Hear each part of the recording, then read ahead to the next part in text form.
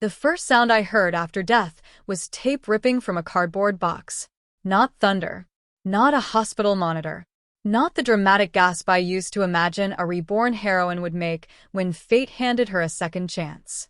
Just tape, stretched tight between my teeth and my hands, making a harsh little tearing sound in the middle of Dormitory C, room 418, at 4:37 on a Monday morning while the rest of the building slept behind doors covered in pastel name tags and fake friendship stickers. My suitcase lay open on my bed. My winter coat was folded inside it. My scholarship certificate, the one the girls had once laughed over before helping destroy me, was wrapped in a hoodie and buried under my textbooks. Across the room, 3 beds sat untouched, covered in pink blankets, expensive sleep masks, and the kind of decorative pillows girls bought when they wanted everyone to know home was rich enough to send comfort ahead of them. On the mirror, someone had written Ice Queen in red lipstick, the letters fat and glossy under the weak desk lamp. In my first life, I had cried when I saw it. I had wiped it away before morning, terrified the residence advisor would blame me for staining university property. This time, I took a photograph, slipped the lipstick into a plastic sandwich bag with my initials on the label, and kept packing. I knew how this week was supposed to end. By Friday afternoon, I was supposed to be standing in front of the student conduct board with my hair still damp from rain, listening to 4 girls explain how frightened they had been living with me. They would use soft voices. Soft voices were their favorite weapons. They would say I had shouted at them when they tried to include me.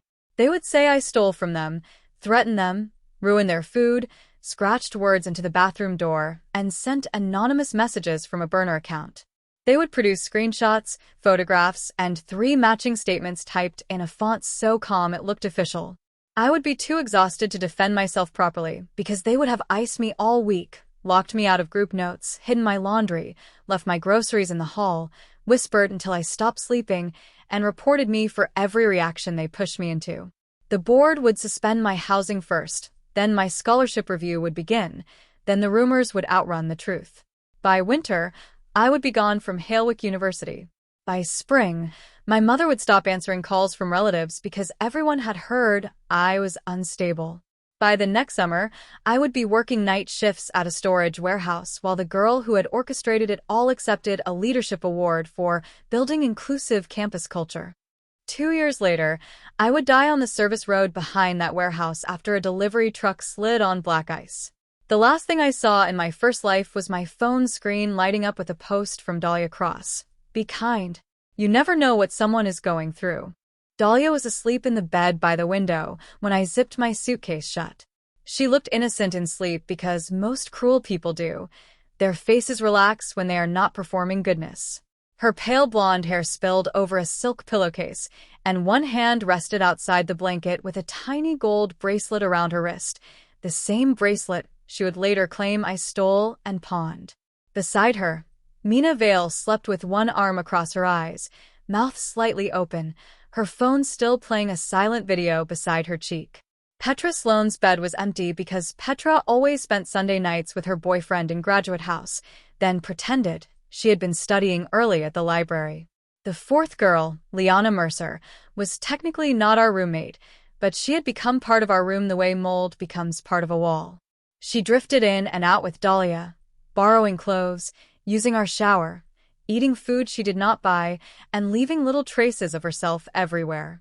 In my first life, the board would believe their story because there were 4 of them and 1 of me. That was the oldest mathematics of social cruelty. 4 soft girls with tearful eyes beat one poor scholarship student with a shaking voice every time. I had spent years trying to understand how they made everyone believe them. I understood now. They did not need to be truthful. They only needed to be coordinated. So, I did not confront them. I did not wake them. I did not write a note. I did not slam a drawer for satisfaction, even though part of me wanted the sharp little pleasure of seeing Dahlia open her eyes and realize the game had changed. Instead, I moved like a thief leaving my own life behind. I stripped my bed, photographed the mattress, photographed the underside of the desk, photographed the inside of every drawer, and recorded a slow video of the room from the doorway. I zoomed in on the lipstick on the mirror, the empty wine cooler tucked under Mina's bed, Petra's vape cartridges beside the heater, and the little black camera hidden in the artificial plant on the shared bookshelf. That camera had been my greatest humiliation in the first timeline. They had claimed I installed it to record them changing. I had not even known it existed until campus security walked into our room on Thursday. This time, I knew exactly where it sat, its lens no bigger than a pepper seed between plastic leaves. I did not touch it. I simply filmed it, stepped close enough for the red indicator light to blink against my phone camera, and whispered the date and time. Monday, October 19th. 4:49 YM room 418. Camera present before I vacated. Then I uploaded the video to 3 cloud folders, emailed it to myself, and sent a sealed copy to the residence director with a subject line, "Immediate room transfer due to documented safety concern." The reply came faster than I expected. At 5:06 a.m., while I was dragging my suitcase past the laundry room, my phone buzzed. Residence Director Alma Keen never slept during crisis weeks. Halewick liked to call October midterm resilience season, which meant students cried in stairwells and administrators pretended the problem was time management. Her message was short: "Come to North Desk now. Do not return to room 418. I smiled for the first time since opening my eyes in this life. In my first life, I had tried to be polite, patient, and invisible. I had believed good behavior would protect me. I had believed if I never made trouble, trouble would feel embarrassed and leave me alone. That belief had killed me long before the truck did. This time, I rolled my suitcase through the underground connector, past vending machines glowing blue in the dark, past a poster that said "Community begins with courage," and into the north lobby where Alma Keen stood behind the desk in a gray cardigan, hair clipped up, glasses hanging from a chain. She looked at my suitcase, then at my face, then at the screen where the still image of the hidden camera waited in her inbox. "Avellini," she said quietly, "tell me everything you can tell me without guessing." That was the moment I almost cried. Not because I was weak. Not because I was relieved. Because in my first life, every adult had asked me why I had done it before asking whether I had. The difference between those two questions was the width of a grave. I placed the lipstick bag on the desk. I placed a printed timeline beside it, because I had written one the night before with hands that remembered everything. I listed the ICE campaign before it began. Monday morning, they would stop speaking to me in public. Monday afternoon, they would remove me from the dorm floor group chat. Tuesday, my scholarship notes would disappear from the common printer. Wednesday, a complaint would be filed claiming I threatened Mina over a missing bracelet. Thursday, security would find the camera, the bracelet, and a packet of answer keys in my locked drawer. Friday, the board would hold an emergency hearing before I had time to gather evidence. Alma's face changed only once at the answer keys. Her fingers tightened around her pen. "How do you know that part?" she asked. I looked at the lobby windows, black with pre-dawn, and chose the only answer that did not require explaining Rebirth. Because yesterday I overheard Liana telling Dahlia that if I didn't leave voluntarily, they would make sure I left officially. It was a lie shaped around a truth, and Alma accepted it because good administrators understand that students rarely describe danger perfectly while standing inside it. She called campus safety, then housing operations, then someone from student integrity whose name I recognized from the hearing that had ruined my first life. By 6, I had been placed in a temporary single room in Dormitory A, the oldest building on campus, where the radiator clanged like an angry ghost and the window faced a brick wall. To me, it looked like a palace. No hidden camera. No silk pillows. No girls pretending not to laugh while I entered. No shared fridge where my food could rot mysteriously overnight. I set my suitcase on the bed and stood very still. The room was so quiet that for a few seconds, I could hear my own heartbeat and nothing else. Then my phone began buzzing as the old world realized I had stepped out of its trap. Dahlia sent the first message at 7:12. "Where are you?" The second came 7 seconds later. "You left your bed weird." Mina sent, "Did you move my bracelet?"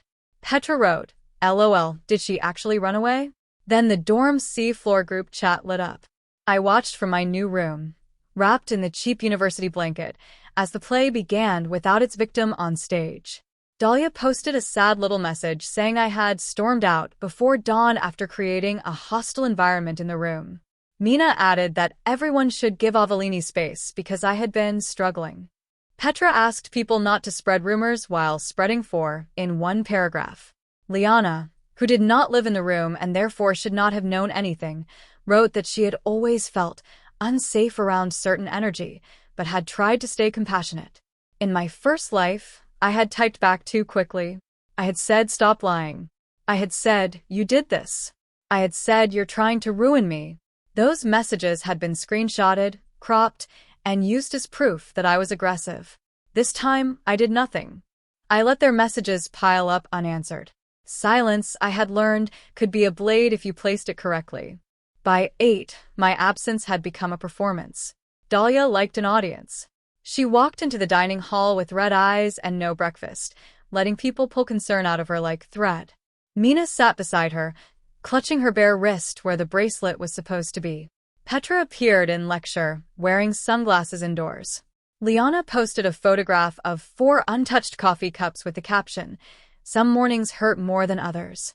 I watched it all from the back row of Introductory Constitutional Theory, where nobody expected me to be because room 418 had told everyone I was taking space. Professor Imani started class with judicial review, but the room kept glancing at me. Whispers traveled faster than law. I opened my laptop and took notes as if my name were not being chewed behind me. Dahlia turned around once from the second row. Her eyes widened when she saw me. Just for half a second, the mask slipped. Confusion first, then calculation, then a wounded little smile, as if she were happy I had found the strength to attend. I smiled back politely. She hated that more than shouting. The first crack came before lunch. Campus safety entered room 418 while Dahlia and Mina were still pretending to be frightened in the dining hall. They did not announce a raid. They called it a welfare and safety inspection related to an emergency transfer request. Alma had warned me that housing staff would document everything but might not move quickly enough to stop the girls from planting evidence. That was why timing mattered. The inspection happened before they knew I had reported the camera. Before Dahlia could remove it. Before Mina could place the bracelet. Before Liana could sneak in with the answer keys. Before Petra could wipe the group chat from the spare tablet she kept in the closet for aesthetic planning, which really meant storing screenshots, fake accounts, and edited photos. Campus safety found the camera where I had filmed it. They found 2 additional micro SD cards in Dahlia's desk organizer. They found a roll of red lipstick matching the mirror message in Mina's makeup bag, though the one used on the mirror was already sealed at North Desk with my timestamp. They found a key duplicator hidden under Petra's laundry basket. Most importantly, they found nothing of mine in any place where the girls had planned to discover it later, because I had emptied my side of the room before dawn. At 12:18, Dahlia called me. I let it ring until it stopped. She called again. Mina texted, "This is getting serious. Can you not be dramatic?" Petra wrote, "If you made a report, you need to undo it before people misunderstand." Liana sent one message only. "You should have stayed quiet." That one I screenshotted, backed up, and forwarded to Alma without comment. By then, the floor group chat had shifted tone. People who had sent heart emojis to Dahlia that morning were suddenly asking what was happening in room 418. A sophomore named Kira posted that housing staff had carried out sealed evidence bags. A boy from the floor below said campus safety had asked whether anyone had seen Liana enter dorm C without signing in. Dahlia responded with a long paragraph about false accusations, trauma, and how painful it was when people weaponized institutional systems against women. In my first life, that kind of sentence would have crushed me because it sounded too righteous to challenge. This time, I read it twice and almost admired the craft. Dahlia never defended herself with facts when fog would do. Monday ended with an email from Residence Life reminding Dormitory C residents not to tamper with ongoing safety reviews. It did not name anyone, which meant everyone filled in names themselves. That night, I slept 4 uninterrupted hours in Dormitory A, which was 4 more than I had slept during the entire final week of my first campus life. When I woke at 2:30 a.m., I did not panic. My body wanted to. It remembered the old timeline the way skin remembers fire. But I sat up, drank water, and opened the private folder where I had stored every piece of evidence from the first life in my mind and every piece from this one in reality. There was the lipstick video, the hidden camera footage, the message from Liana, screenshots of the group chat, photographs of my clean drawers, the emergency transfer request, the automatic email receipt, the timeline. I arranged them into folders named Monday, Tuesday, Wednesday, Thursday, Friday because revenge was not a feeling anymore. It was administration. On Tuesday morning, Dahlia changed strategies. If silence could not make me look guilty, kindness would. She came to my sociology lecture carrying a paper bag from my favorite bakery, the one she had mocked for being too cheap in my first life before telling everyone I was food insecure and defensive. She waited until half the room was watching, then placed the bag on my desk. "Avellini," she said softly, "I don't know what you think happened, but I'm still your roommate, and I still care about you." It was beautifully done. Her voice trembled at the edges. Her cardigan was cream. Her eyes were wet, but not ruined. Mina stood near the door, like a witness. Petra filmed from behind her laptop, badly pretending not to. I looked at the bag. A chocolate croissant sat inside, glossy and perfect. In the old life, I would have rejected it angrily, and the clip would have gone everywhere. "Scholarship girl humiliates kind roommate." This time, I smiled, folded the bag closed, and said, "Thank you. I'll give this directly to Residence Life, since they advised me not to accept anything connected to the review." The professor stopped shuffling papers. Dahlia's fingers twitched. The room inhaled. I picked up the bag with 2 fingers, as if it might leak poison, and set it beside my chair. It was not poisoned, of course. Dahlia was too clever for melodrama. The croissant contained a folded receipt from a pawn shop 3 blocks away, tucked beneath the napkin, with a handwritten note that said, "I can explain the bracelet. Don't ruin me." It was meant to look like mine. If I had opened the bag privately, panicked, and thrown it away, Petra's video would show me accepting evidence. If I kept it, they would say I had been blackmailing Mina about the bracelet. If I confronted Dahlia, they would film the reaction.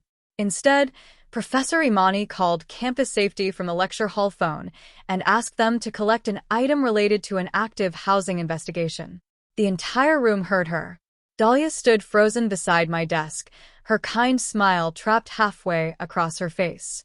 Petra lowered her laptop. Mina left before the officers arrived.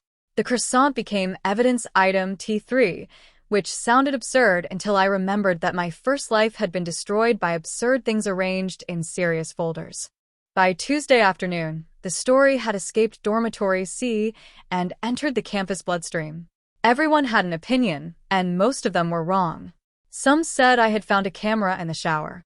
Some said Dahlia had been framed by a jealous scholarship student. Some said Liana belonged to a secret cheating ring, which was closer to truth than gossip deserved. The university newspaper messaged me for comment. I did not respond.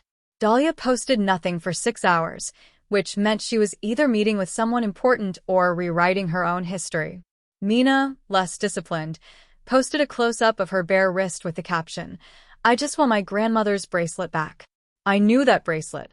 In my first life, I had begged them to search my things properly because I knew I had not taken it.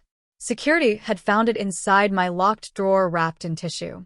Nobody asked how I could have stolen it when Mina had worn it to breakfast an hour earlier. Nobody asked why the tissue came from Dahlia's monogrammed stationery set. This time, the bracelet was still missing because they had not had time to plan it. That made Mina reckless. Recklessness makes people useful. I went to the library basement after dinner, not because I needed to study, but because the basement had the oldest security cameras on campus and the narrowest corridors. In my first life, Mina had met Liana there on Tuesday night to hand over the bracelet and the fake key to my desk drawer. I had not known until months later, when a student worker drunkenly mentioned seeing them near the archive room and then refused to testify because Dahlia's father funded his research fellowship. This time, I sat behind the microfilm cabinets with my laptop open and my phone recording in my sleeve. At 8:43, Mina arrived wearing a baseball cap low over her face. Liana came 7 minutes later, carrying a red folder.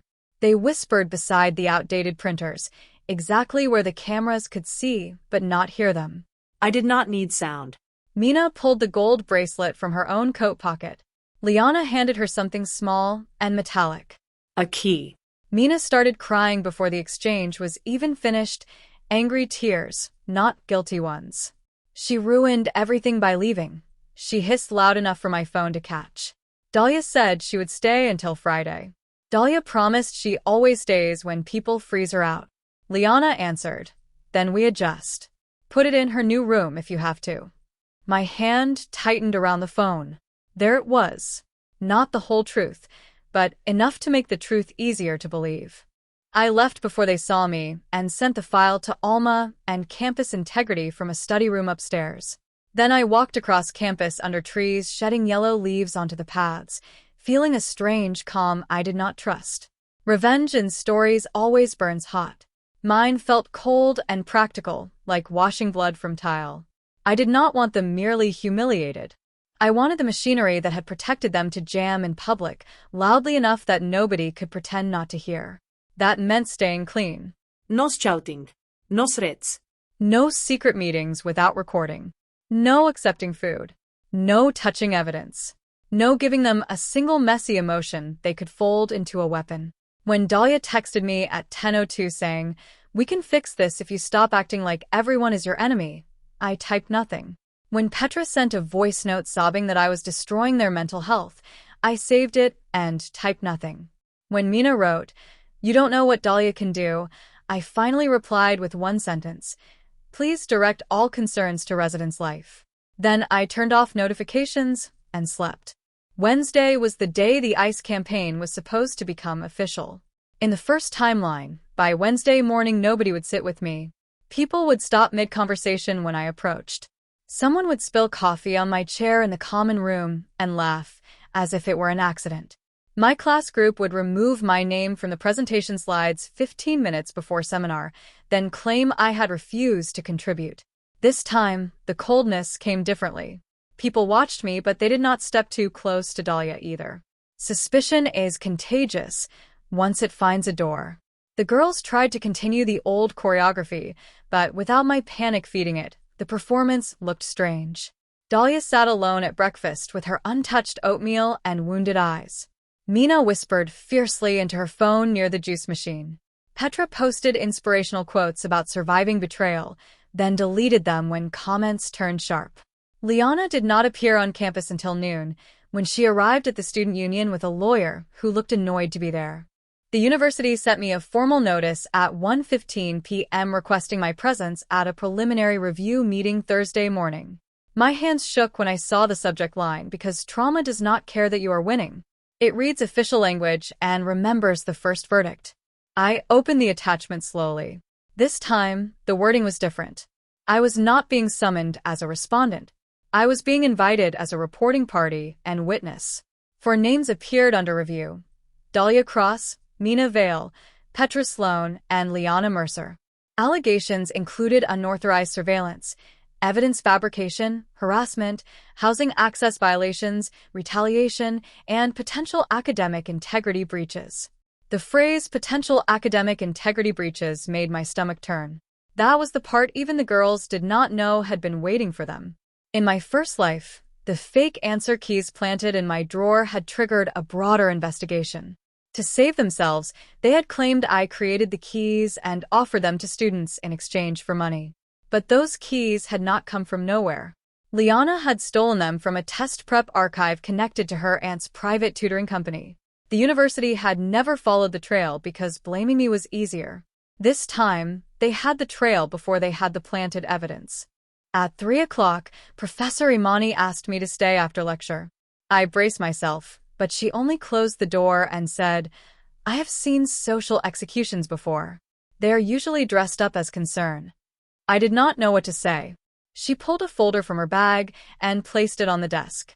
Inside were copies of my past assignments, marked with comments about clarity, discipline, and original analysis. "If anyone asks whether you are volatile, dishonest, or academically careless," she said, "they may ask me too."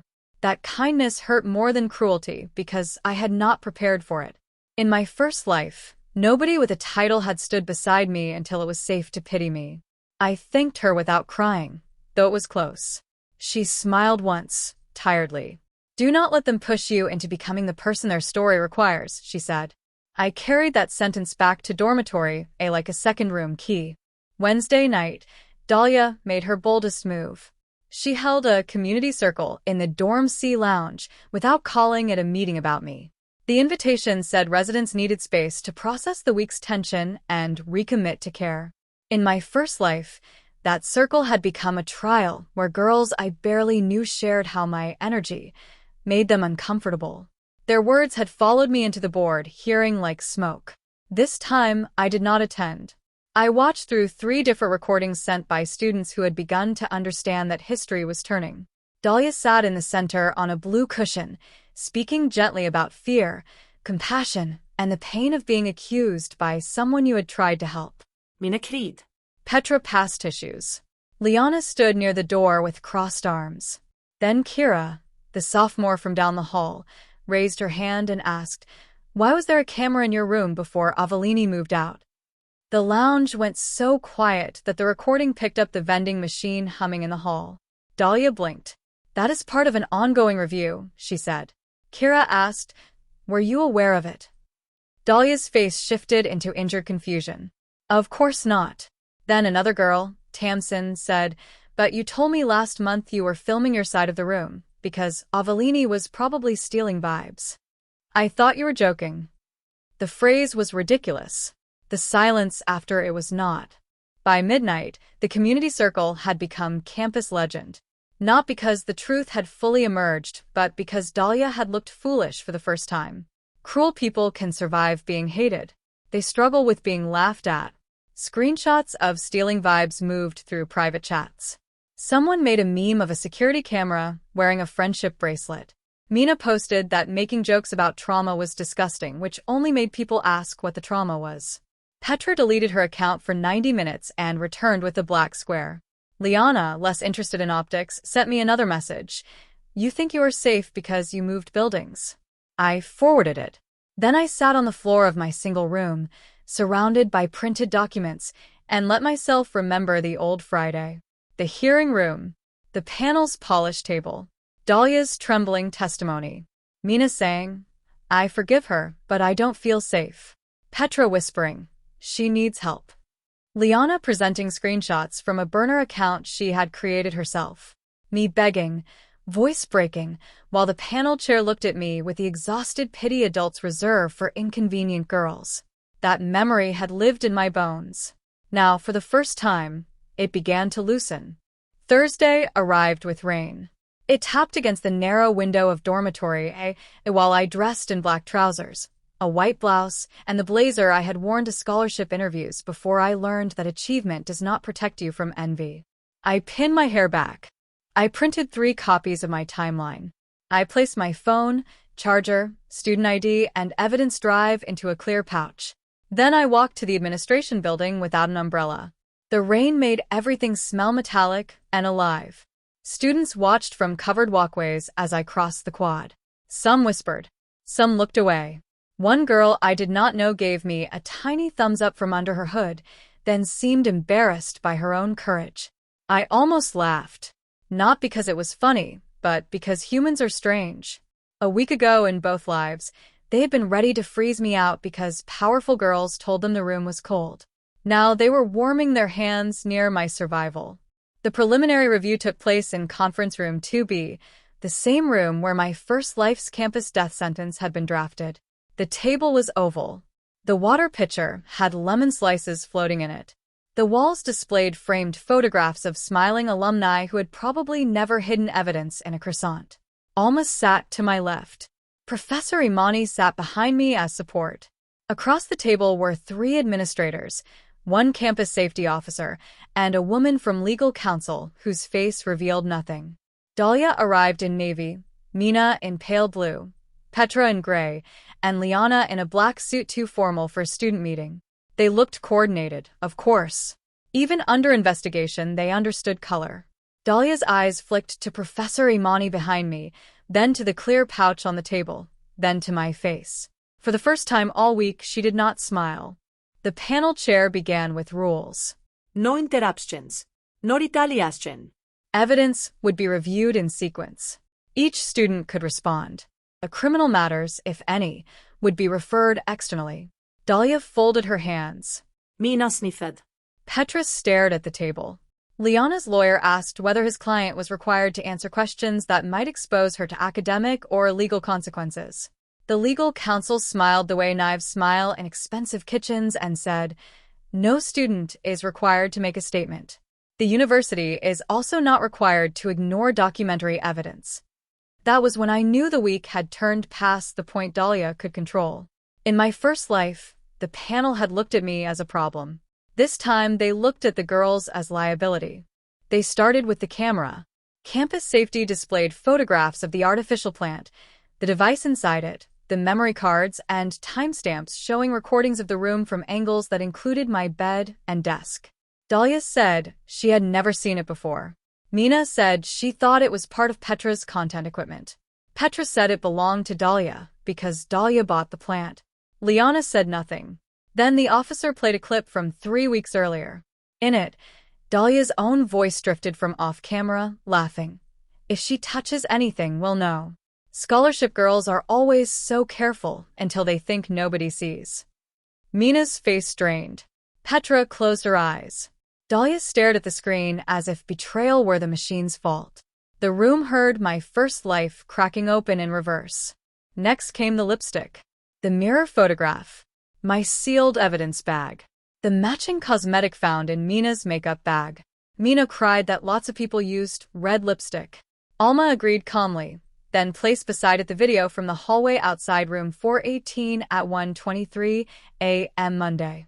Mina, barefoot, entering the room while holding something red. Mina leaving 4 minutes later without it. Mina whispered, "Dahlia told me it was just a joke." Dahlia turned her head slowly. I did not. The softness was gone now. Their alliance had survived cruelty, but not exposure. Petra looked between them as if calculating which sinking boat had more room. Then came the croissant receipt.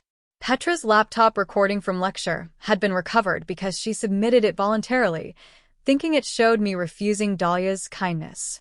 Instead, it showed Dahlia placing the bag on my desk, me refusing to open it privately, and Professor Imani calling security. The pawn shop receipt inside connected to Mina's bracelet, which, according to transaction records obtained after Mina reported it stolen, had never been pawned at all. The receipt was fabricated using a template from a campus printer. Printer logs showed Liana's student account had printed it Monday night. Liana's lawyer asked for a pause. The panel denied it until the evidence sequence finished. Liana's jaw tightened. Dahlia's eyes went bright with anger. She had planned to sacrifice me. She had not planned to be sacrificed by the same paperwork. The library video ended them socially before the academic evidence ended them officially. Watching Mina pull the bracelet from her own pocket was almost too simple. No dramatic confession, no villain monologue, just a girl producing the object she had spent 2 days mourning online. The audio captured her blaming Dahlia for promising I would stay until Friday. The panel replayed that sentence twice. Dahlia said, "Mina was emotional and confused." Mina snapped, "You told me exactly where to put it." Petra whispered, "Don't." Dahlia turned on her. "You filmed everything." Petra's mouth opened, then shut. For a second, I saw them as they were. Not a sisterhood, not victims, not campus angels, but 4 frightened people tied together by the same rope they had meant for my neck. I should have felt triumphant. I felt focused. Triumph could wait until Friday. Because Thursday's Real strike was not the bracelet. It was the answer keys. The panel displayed access logs from the tutoring company archive where restricted practice materials had been stored. Liana's aunt owned the company. Liana had used an administrator login 3 times in the past month, downloading sealed answer sets for examinations used by multiple scholarship prep courses. In my first life, photocopies of those answer sets appeared in my drawer. This time, the drawer was empty because I had moved out, but the digital trail remained. Liana finally spoke. Those materials were for private study. The legal counsel asked, Then why did you create a folder titled Avellini Insurance? The room became colder than any dorm ice campaign. On the screen appeared a directory structure recovered from Liana's tablet: room evidence, chat screens, Avellini Insurance, Friday board script. I stared at those words until they blurred. Friday board script. They had not only planned to accuse me, they had rehearsed my ruin like a school play. The panel chair called a recess. Dahlia stood too quickly, knocking her chair backward. For one wild second I thought she might lunge across the table, but she only walked to the window and pressed both hands against the glass. Rain ran down outside, turning her reflection into something broken. Mina sobbed into her sleeve. Petra whispered to Liana, who ignored her. I sat still. Professor Imani leaned forward and said quietly, "Breathe." I did. In for 4. Out for 6. Again. My hands were shaking under the table, hidden by my blazer sleeves. Nobody saw. That mattered to me then, maybe more than it should have. I did not want them to see what they had done still living in my body. When the panel returned, the tone had changed from investigation to containment. Interim measures were issued immediately.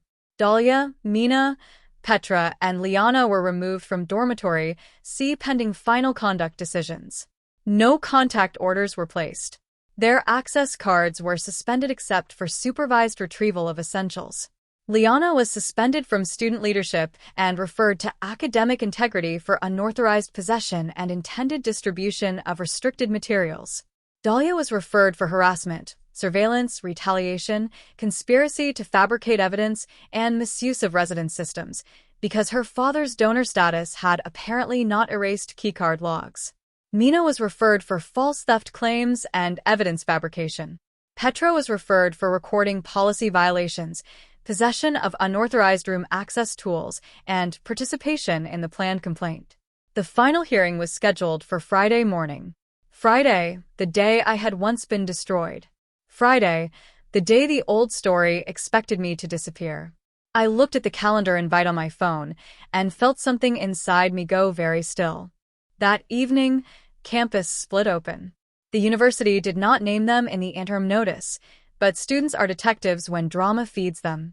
By dinner, everyone knew the 4 girls from room 418 had been escorted to temporary holding rooms in the conference wing until parents or guardians could collect them. Dahlia's father arrived in a black car and walked through the north entrance, without looking at anyone. Mina's mother screamed at the resident's desk until Alma threatened to call security. Petra's boyfriend posted that people should stop believing rumors, then deleted it after someone replied with a still from the library video. Liana's aunt's tutoring company quietly removed its staff page from the website. My own phone filled with messages from people who had ignored me all week. Are you okay? I always thought something was off. I'm sorry if I seemed distant. Dahlia manipulated everyone. I did not answer most of them. Forgiveness given too quickly becomes another room people expect you to clean.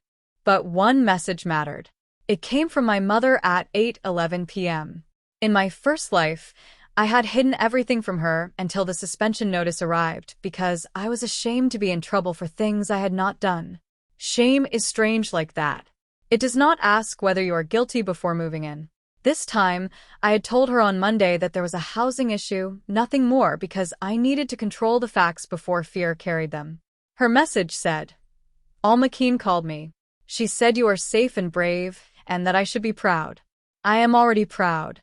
Call when you can breathe. I sat on the floor beside the radiator and cried then, finally, quietly enough that the old walls kept my secret. I cried for the girl in the first life who had thought losing housing meant losing home. I cried for the warehouse road, the black ice, the phone glowing with Dahlia's fake kindness. I cried because my mother had been proud in both lives, but only in this one had I survived long enough to know it. Friday morning did not dawn dramatically. No storm. No omen. No cinematic beam of sunlight across the administration building. It was gray, damp, and ordinary, which made it worse for them. Extraordinary punishments are easier to romanticize. Ordinary consequences feel more final. I arrived 10 minutes early and sat in the waiting area with Professor Imani on one side and Alma on the other. Dahlia arrived with her father and a private attorney. Mina arrived with swollen eyes and her mother gripping her elbow. Petra came alone, which told me enough about loyalty. Liana came with the same annoyed lawyer, though he looked less annoyed now and more concerned about billing. Nobody spoke to me. That was a new kind of silence. Not ice. Distance from heat. The final conduct hearing lasted 4 hours. Big paragraphs cannot capture every question, every exhibit, every tiny collapse of confidence, but I remember the rhythm. Dahlia began by denying coordination. Then the panel displayed the Friday board script, which included suggested statements for Mina and Petra and bullet points on how to describe me as unstable without sounding discriminatory. Mina admitted writing the mirror message, but claimed she had been pressured.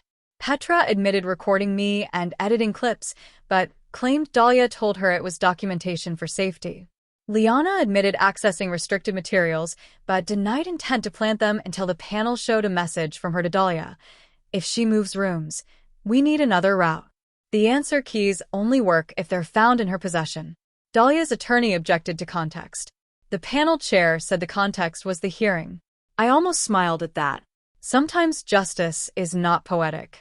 Sometimes it is a tired administrator refusing to let a rich girl's lawyer interrupt. By noon, the girls were no longer aligned. Mina said Dahlia designed the plan because she hated that I had won the Eastmere scholarship. Petra said Dahlia wanted my room space, my scholarship mentor, and my place on the first-year honors committee. Liana said Dahlia promised her access to Dahlia's father's legal network if she helped solve the Avellini problem. Dahlia denied everything until the panel played audio from Petra's tablet, a recording Petra had apparently kept as insurance against Dahlia herself.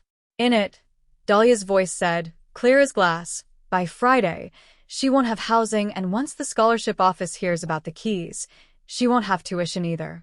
People like her only stay if everyone keeps pretending they belong. The words did not shock me.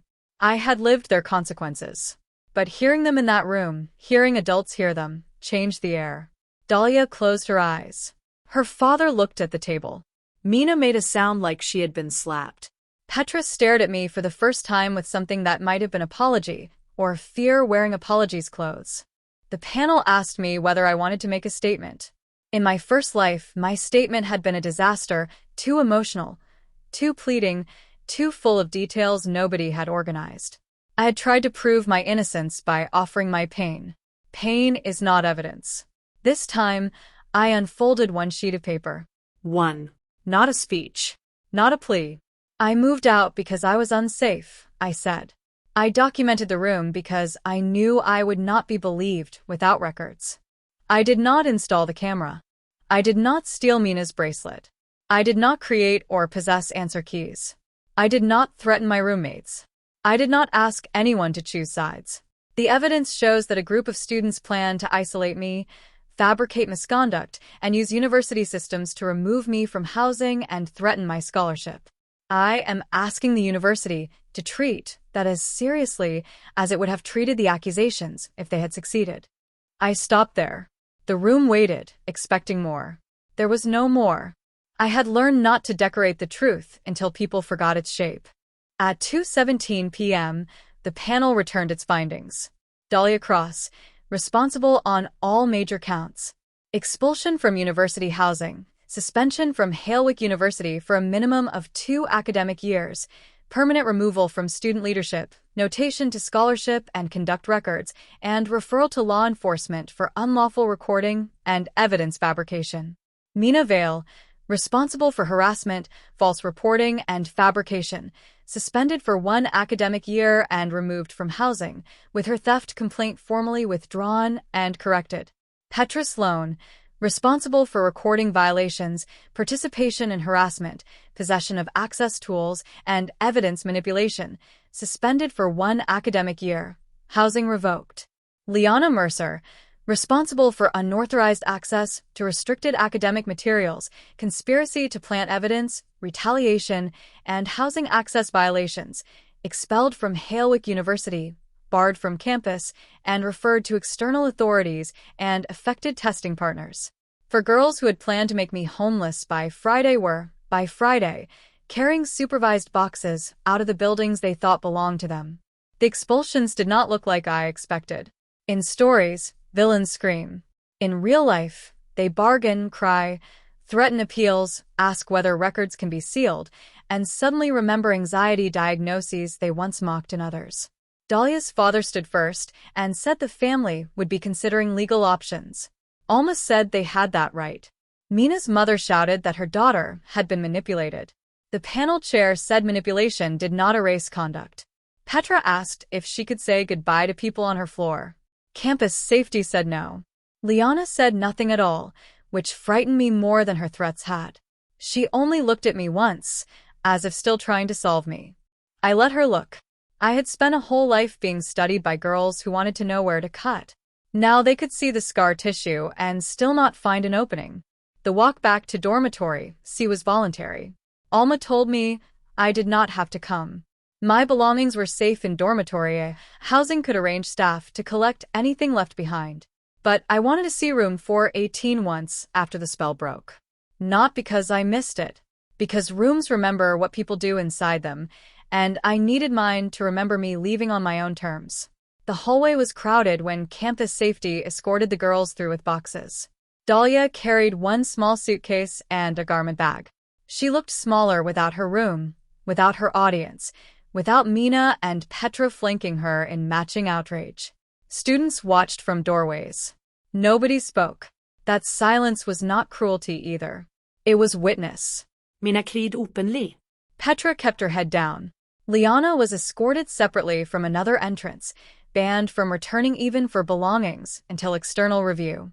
When Dahlia passed me, she stopped just long enough to whisper, "You planned this." I looked at her cream cardigan, damp at the cuffs from rain, and said quietly, "No. I survived it early." Her mouth tightened because there was no good reply. Room 418 smelled like stale perfume and panic. The lipstick had been cleaned from the mirror, but a faint red shadow remained in the corner of the glass. The artificial plant was gone, leaving a clean square in the dust. Dahlia's bed was stripped. Mina's desk drawers hung open. Petra's decorative lights sagged unplugged along the wall. My side of the room was empty because I had made it empty before they could fill it with lies. I stood in the doorway and remembered the girl I had been Monday morning in my first life. Scared, sleep-deprived, trying to earn warmth from people who had built winter around her. I wanted to tell her she was not stupid. Trusting people does not make you stupid. Staying too long in a burning house does not mean you lit the match. It means somebody convinced you smoke was normal. By Friday evening, official emails reached the campus. The university announced disciplinary action involving severe residence and academic integrity violations. It did not name the girls, but their absence did. Their ID photos vanished from leadership boards. Dahlia's inclusive campus culture nomination disappeared from the awards page. Liana's tutoring company partnership was suspended pending review. Mina's bracelet post was gone. Petra's black square was gone too, along with every video she had made about soft dorm life in room 418. My scholarship office sent a separate message confirming my funding was secure and offering academic accommodations for disruption. I declined extensions I did not need and accepted counseling I did. Survival is not proven by refusing help. That was another lie my first life had taught me. There was one more trap hidden under the week, and I only found it because Petra broke before Dahlia did. On the Monday after the expulsions, a plain envelope appeared under my door in dormitory A while I was brushing my teeth. There was no name on it, no apology, no dramatic confession written in perfume-scented ink. Inside was a flash drive shaped like a pink strawberry and a note in Petra's rushed handwriting. She kept backups. "I am not asking you to forgive me. I am telling you where to look before she says you edited everything." I stared at the note for a long time because part of me hated that even now, one of them could still reach into my morning and change its shape. I took the flash drive to Alma without plugging it into my laptop. The university's IT security office imaged it in a clean machine while I sat behind glass watching a progress bar crawl across the screen. It contained folders from Dahlia's cloud account, downloaded by Petra days before the hearing because betrayal, among girls like them, was never an accident. It was an insurance policy. There were edited screenshots of messages I had never sent, draft statements for students who did not know their names had been placed under them, cropped videos of me walking through hallways with captions suggesting I was stalking the room, and a spreadsheet labeled response map. The spreadsheet listed every possible reaction I might have had and how to turn it against me. If Avellini cries, unstable. If Avellini refuses meeting, avoidant/guilty. If Avellini reports first, weaponizing policy. If Avellini moves rooms, abandoning mediation. If Avellini stays, continued threat. I read those lines once and felt the old timeline exhale behind me. There had never been a correct way to survive inside the story they wrote. That knowledge freed me more than any sanction did. The flash drive changed the university's posture from disciplinary to institutional. Up until then, the administration could pretend 4 students had committed misconduct, and the system had responded properly once notified. After the response map, they had to admit something uglier. The girls had studied the university's own care language, conduct procedures, and bias response pathways well enough to turn them into a machine. Dahlia had not simply lied. She had learned which words made adults hesitate. Harm. Safety. Energy. Trauma. Exclusion. She placed those words around me like wet cement and waited for them to harden. The dean of students called me into her office 2 days after the flash drive was processed. Dean Armitage was a small woman with silver hair and a voice so controlled it made apologies sound like policy updates. She said the university was reviewing how emergency complaints were triaged, how group allegations were weighed, and how scholarship students could access advocates before housing matters escalated. I listened, hands folded, while she carefully avoided saying, "In another world, we failed you." Of course, she did not know about the other world. Still, I heard it between every sentence. When she asked what would restore my sense of safety, I almost laughed. Safety is not a vase you glue back together and place on a shelf. I said I wanted written confirmation that no complaint from room 418 would remain in my record, access to all evidence used in the proceedings, an independent housing advisor for scholarship students, and a guarantee that no donor or parent could contact my academic departments about me. Dean Armitage wrote each request down. For once, nobody told me I was asking for too much. Dahlia's family did not disappear quietly. People like the Crosses think silence is something they purchase after noise stops serving them. On the second week after the hearing, a blog nobody on campus had heard of published an article titled, "When Campus Discipline Becomes a Weapon: The Untold Story of a Promising Student Destroyed by Rumor." It did not name me, but it described me clearly enough: a scholarship student from a modest background, a dorm conflict, a powerful false narrative, a gifted young woman's future derailed. The gifted young woman was Dahlia, naturally. The article used a photograph of her from the previous year's leadership gala, all candlelight and soft hair, and said she had been denied due process after a roommate's unverified claims triggered institutional panic. For 30 minutes, my hands went cold. In my first life, public narrative had crushed me faster than formal discipline. I imagined the articles spreading, imagined comment sections, imagined relatives calling my mother again. Then I opened the evidence folder called Alma and sent the link to Dean Armitage. By evening, the university's legal office had issued a precise statement correcting material inaccuracies without naming student records. The blog removed the piece the next morning. But before it vanished, students had already found the author, a public relations consultant who had previously worked for Dahlia's father's firm. The attempted rescue became another scandal. For the first time, I understood that exposure has momentum. Once a mask slips far enough, every hand trying to pull it back into place only shows more of the face underneath. Mina tried a different route. She requested a restorative justice meeting with me. The email came through the official conduct office, carefully worded and full of phrases about accountability, healing, dialogue, and moving forward. I sat with it for an entire afternoon. The old me would have agreed because refusing would feel mean, and mean was the one word girls like Mina knew how to place on women who protected themselves. I imagined sitting across from her while she cried prettily and said Dahlia pressured her, while some facilitator encouraged me to name my pain in a way that made Mina feel brave for witnessing it. I imagined being thanked for my vulnerability. I imagined leaving with nothing but exhaustion and another person's relief in my hands.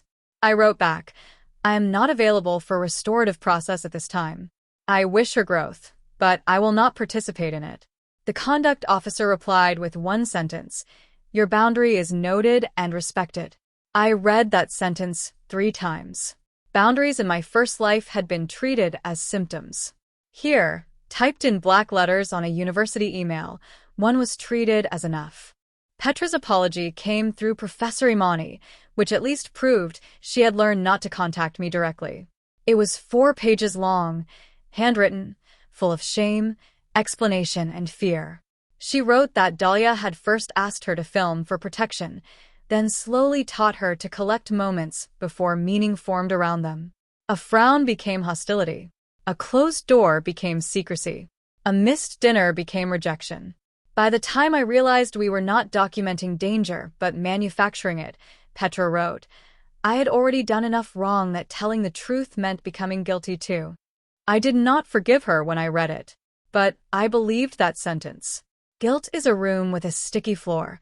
The longer you stand there, the harder it feels to leave. She had stayed until consequences pulled her out. That did not absolve her. It explained the shape of her cowardice. I placed the letter in my evidence box, not because I wanted to reread it, but because someday, if memory softened too much, I wanted proof that apology had arrived only after safety did. The hardest part was not the hearing or the gossip or even seeing Dahlia escorted out. The hardest part was learning how to live without preparing for attack every minute. My new room was quiet, but quiet can sound suspicious when you have been trained to hear footsteps as warnings. I checked the plan on my windowsill for cameras even though I had bought it myself. I photographed my desk every night for 2 weeks. I kept receipts for coffee, laundry, printer use, library books, everything, as if some future panel might demand proof that I existed harmlessly. Nor noticed first. She did not tell me to relax, which is what people say when they want your nervous system to perform normality for their comfort. She simply started studying beside me in the lounge twice a week. We worked for 50 minutes, took 10-minute breaks, and talked about nothing sharp. Cafeteria soup, bad campus Wi-Fi, her brother's terrible haircut, whether the library chairs were designed by someone who hated spines. Slowly, my body learned that people could sit near me without collecting evidence. That was not a dramatic victory. It was better. It was ordinary. In late November, the scholarship office asked whether I would speak privately to the advisory committee about the housing incident and its effect on low-income students. I almost refused. I was tired of being a case study, tired of turning bruises into bullet points for people with catered lunches. But Professor Imani said, you can decline. And if you accept, you can speak as a person, not a symbol. So I went. The committee expected a polished speech about resilience. I gave them a list. Scholarship students often cannot risk reporting roommate harassment because housing is tied to funding. Students without family money cannot simply move off campus while investigations unfold. Group accusations carry unequal weight when one student lacks social capital.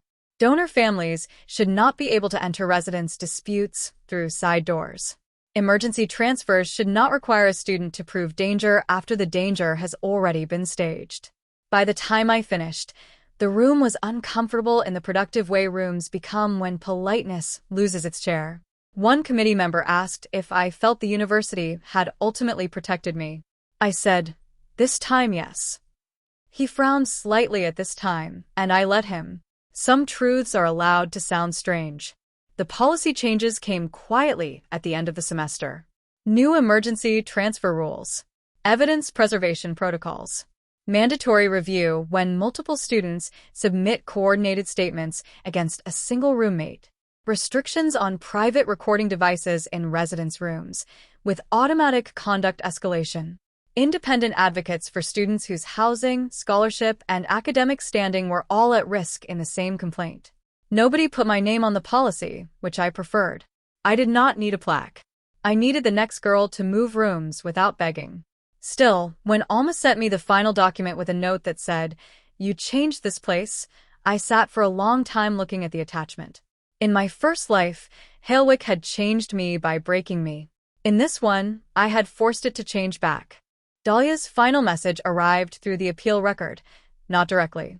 She had written a personal statement asking for reinstatement after her suspension period, and because I was the harmed party in several findings, I was allowed to submit impact comments. Her statement was elegant. Of course it was. Dahlia wrote about immaturity, pressure, misunderstanding, the danger of social conflict escalating beyond intention. She did not mention the camera in any real way. She called it the device. She did not mention the response map. She called it private notes written in distress. She did not mention the Friday board script. She called it a hypothetical outline. Reading it, I felt no rage. That surprised me. Rage had been useful, but it had not followed me forever. What I felt was recognition. Dahlia still believed language could polish a blade until everyone complimented the shine and ignored the blood. My impact statement was shorter than hers. I wrote, "Reinstatement should require demonstrated accountability for planned, coordinated harm, not merely regret over discovered consequences. The conduct record shows intent, preparation, escalation, and retaliation. I oppose early reinstatement." It was enough. Her request was denied. On the last day before winter break, I went back to dormitory C one final time to return a borrowed library umbrella someone had left in the lounge. Room 418 had new residents by then, 2 exchange students who decorated the door with paper cranes and a cartoon frog saying, "Please knock. We might be napping." I stood outside for only a moment. The hallways smelled like instant noodles and floor cleaner. Someone laughed behind a door. Someone's music thumped softly upstairs. Life had covered the scene quickly, as life does, not out of disrespect, but because buildings cannot mourn every version of every person they nearly swallowed. I touched the strap of my bag, thought of the suitcase at 4:37 a.m., the tape between my teeth, the lipstick shining on the mirror, and whispered goodbye to the girl who had packed before anyone understood she was saving herself. Then I walked away before nostalgia could lie to me. The weekend after they left, Dormitory C became friendly in the awkward way people become friendly when guilt has nowhere else to sit. Girls held doors for me. Someone left tea outside my new temporary room with a note that said, "No pressure, just warmth." Kira asked if I wanted to join a study group and quickly added that I could say no. Professor Imani emailed an article about institutional betrayal and wrote, "For when you are ready." Alma checked in twice, always with practical questions, never pity. My mother arrived Sunday with homemade soup in jars, looked around dormitory A, and said the room had terrible light. Then she hugged me so fiercely one jar cracked in the bag. I laughed while crying, which felt like a ridiculous but honest thing for a living girl to do. The university appeal process stretched into winter because consequences always have paperwork tails. Dahlia appealed on procedural grounds and lost. Mina tried to reframe herself as a whistleblower and was reminded that whistleblowers do not usually hide stolen bracelets in their own pockets. Petra cooperated and had one sanction reduced from suspension to probation after a semester, but her housing ban stayed.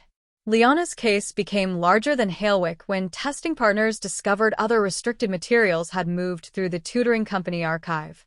Her aunt's business collapsed under audits, refunds, and the kind of public statement that uses words like regret while lawyers stand nearby.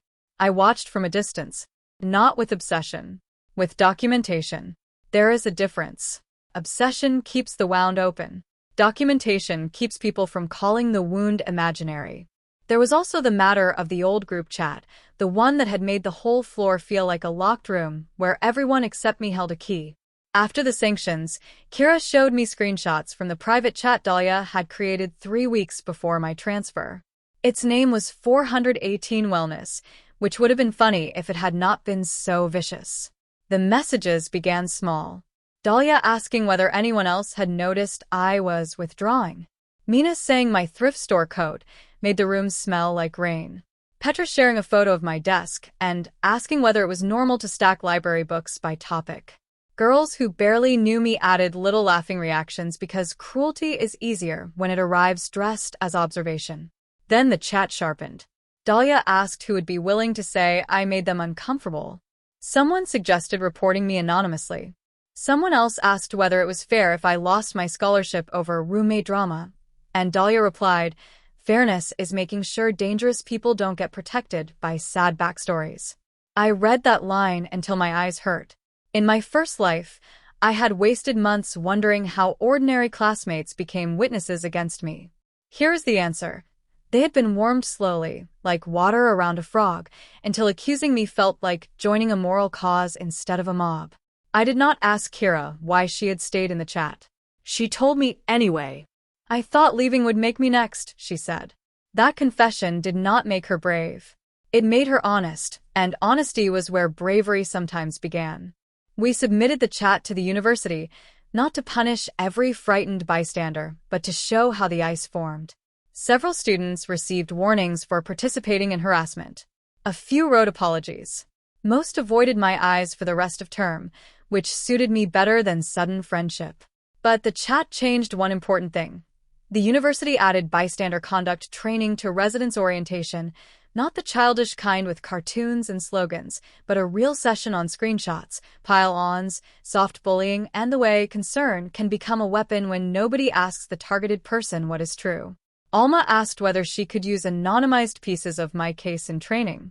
I said yes on one condition. Do not turn me into a perfect victim. Tell them I was angry. Tell them I was scared. Tell them I ignored messages, kept evidence, and refused meetings. Tell them victims are allowed to be strategic, not just wounded. Alma nodded like she understood. Months later, when I saw the training slide titled Targeted Students May Protect Themselves in Ways That Look Distant, Guarded, or Cold, I felt a strange satisfaction. Somewhere, some future Dahlia would find the room less obedient. That winter break, I visited the warehouse where I had died in the first life. I did not tell my mother. She would have thought the trip was grief dressed as curiosity, and maybe it was. The service road behind the loading bays had been repaved. Trucks moved through in slow lines, their reverse alarms beeping through the cold air. No memorial marked the place because in this life, nothing had happened there. No one had found a scholarship girl bleeding under dirty snow. No manager had called my emergency contact. No phone had lit up beside my hand with Dahlia's kindness post. I stood by the fence in my university coat, breathing steam into the afternoon, and understood something I had avoided. Survival did not erase death. It only gave me a life around it. I could not save the girl who had died there by pretending she never existed. I could save her by refusing to live like her silence was still required. Before I left, I opened my phone and deleted the screenshot of Dahlia's old future post from the hidden folder in my mind where I kept things I could never prove. I did not need it anymore. The real evidence, the living evidence, was my own name still enrolled for spring.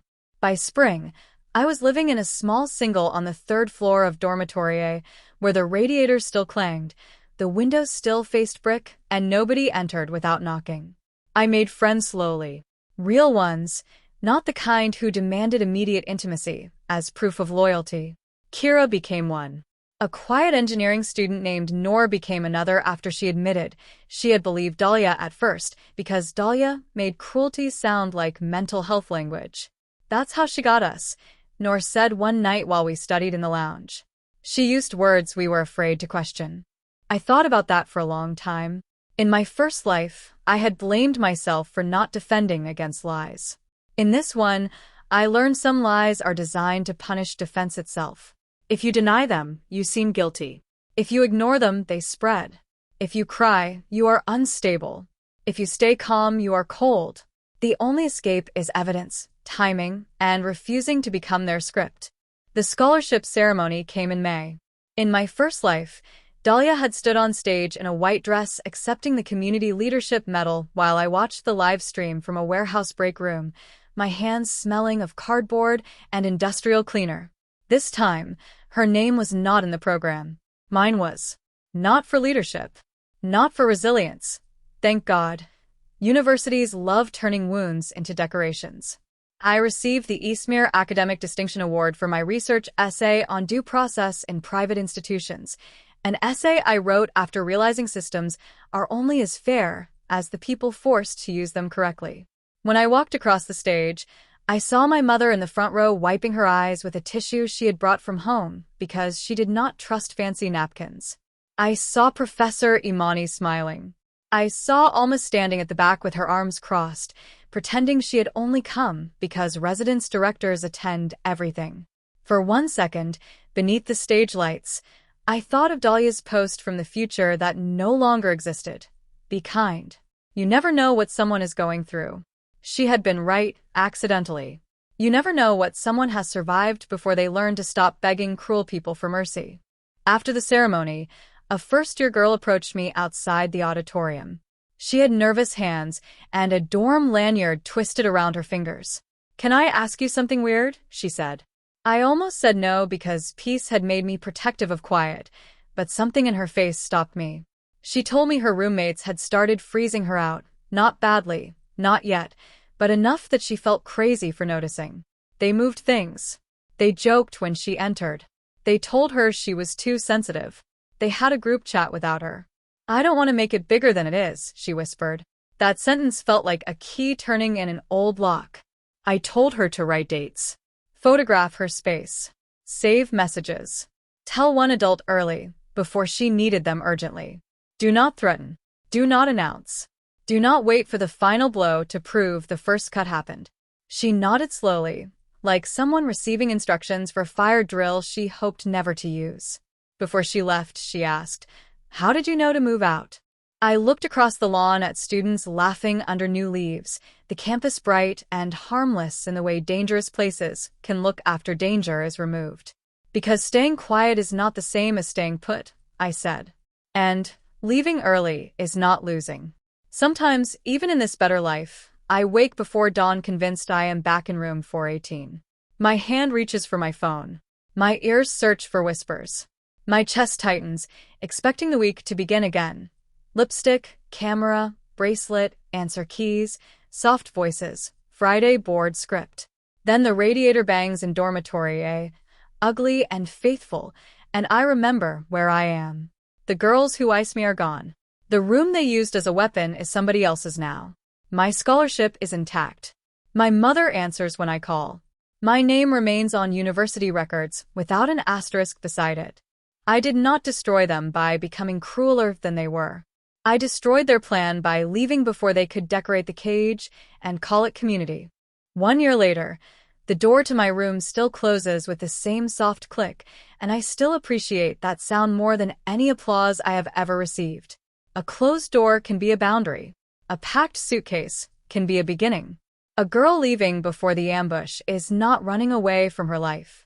Sometimes she is arriving in it before the liars notice the stage is empty. If this were the kind of story Dahlia liked to tell, it would end with forgiveness photographed in good lighting. It would end with me saying the girls taught me strength, or that pain made me grateful, or that everything happened for a reason. I do not believe that. Some things happen because people choose harm and expect politeness to protect them from consequence. Some rooms are cold because someone turned down the heat. Some girls do not need more understanding. They need locked doors, revoked access cards, and a panel that finally reads the group chat properly. My rebirth did not make me noble. It made me early. Early to pack. Early to record. Early to report. Early to step outside the circle before it tightened. By Friday, they were expelled, suspended, barred, escorted out under the same fluorescent lights where they had planned to watch me break. And I, the girl they said did not belong, slept that night in a room with no hidden cameras, no lipstick on the mirror, and no one pretending silence was friendship.